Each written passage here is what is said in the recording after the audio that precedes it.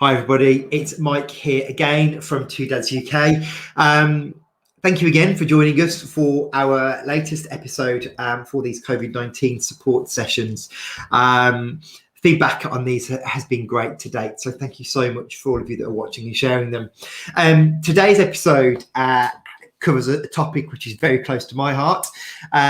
I'm going to be talking to Sarah from Herts Essex. So Sarah is nurse manager at Herts Essex Fertility Centre and has nearly 30 years of nursing experience. She's worked at the Herts Essex since 2005 and has worked within the fertility sector since 2003. Sarah's real passion within the facility is for egg donation and surrogacy, and she leads on that surrogacy programme at Herts Essex and has been instrumental in the setting up and the running of that function. Both of those programmes actually at Herts Essex, both egg donation and surrogacy. She believes in that everyone deserves to be given the chance to become a parent and will always go the extra mile with her patients to achieve this. So I'm delighted to be joined by the lovely Sarah. How are you? I'm really good, thanks, Mike. How are you? I'm good, thank you. I'm good. It's another lovely day, so yes. So I'm loving that. Okay, well, look, thank you for joining us. As of the other sessions have gone, we've got a number of questions which we'll rattle through. Obviously, today's support session is all about surrogacy and the work that you guys are doing at Herts Essex, and also, I guess, what it's like managing a surrogacy programme during COVID-19. So let's kick off with the first question then. The most obvious question: how are your patients coping at the moment during these strange times?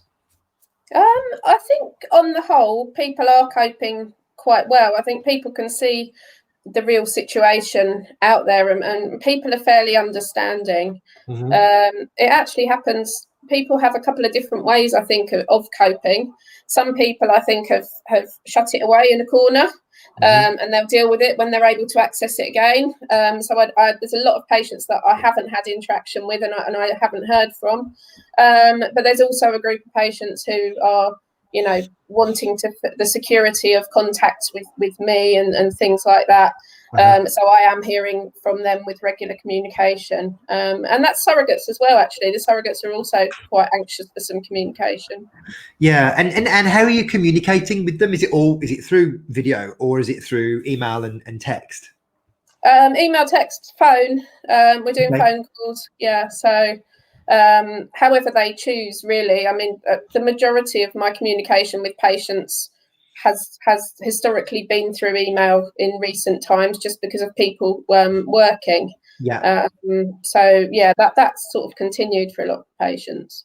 Okay, cool. Well, that's good to know. It seems people seem to be coping in different ways, I see, but it clearly something's working there. So what advice would you have for patients going through surrogacy, as treatment plans obviously involve numerous people, numerous households? So that's obviously going to play a factor potentially. What advice would you be giving to patients that are currently engaged in a surrogacy program?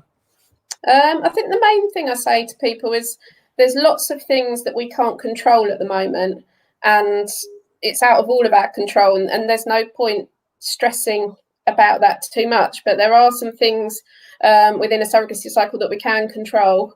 So you can get everything ready. You can dot all your I's and cross all your T's. So kind of frequently with patients, I find counselling is something they forget about until the last minute. They can make sure, all of our counsellors are accessible on Skype for their routine sessions, but for support as well. So that's open to everybody. They can make sure that all their legal appointments, their agreement, everything like that is completely in place, so that as soon as we can, we're ready to start.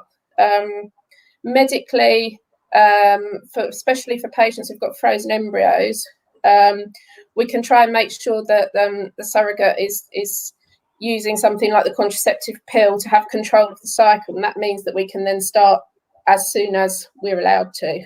Okay, interesting. Yeah. And Okay, so I guess leading on then, really, what's been the biggest challenge that you're currently dealing with, and I guess how are you dealing with that? Yeah. So personally, shutting down, well, for all of us at the clinic, actually, so shutting down all of the cycles was horrendous, if I'm honest. It was I horrendous on a imagine. logistical point of view, but it was horrendous from a personal point of view because we were breaking people's hearts all over the place. And as a nurse, my job is to fix people and make them better. And all I was Yeah. doing was giving bad news. So that was bad. That was bad from a lot of a lot of points of view, from the patients, from the staff. We were all feeling it. As time moves on, it's peculiar. So I'm still working full time, but mostly from home. We have a couple of days when we go into the clinic. I miss the patients massively, so they're very welcome to call me because I miss talking to people. I talk all day normally, so yeah, it's quite quiet. And then obviously we have our big next step, which is to put some plans in place. So what I'm doing at the moment is to actively put some plans in place for how we are going to start and in what order, and prioritizing patients and trying to be fair across the board to absolutely everybody, and that's a big logistical issue. I can't begin to imagine what that next piece looks like for a clinic, particularly for a busy clinic like you guys. I think and funnily enough, I was saying the same to James from the Lister, just how to prioritize all of those patients again, and who should get preference over the next, and whether that's age or number of embryos, I don't know.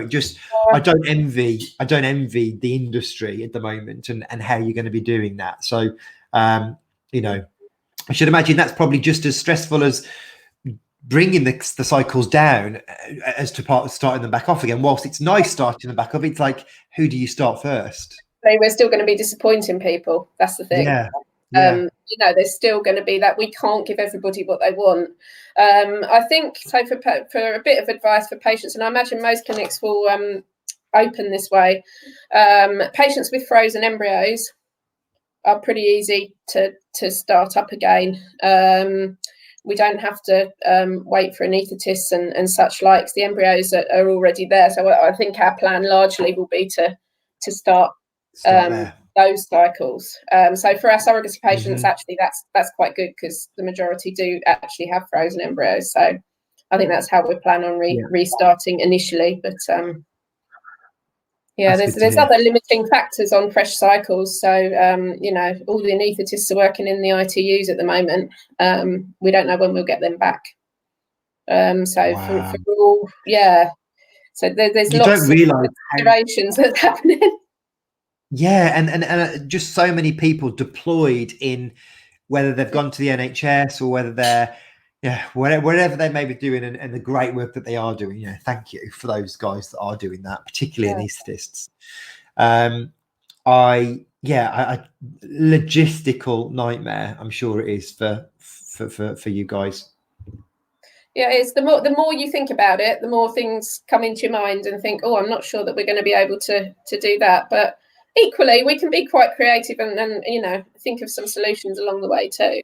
No, I'm sure you will. You've got a good team there, so I'm sure you would be.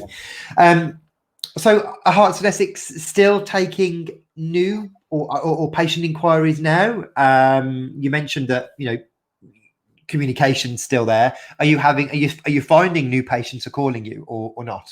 We've had a lot of inquiries actually. So I think this point in time is a time that people have to talk to each other and to reflect and everything else. So actually we're finding we're getting a lot of general inquiries come through.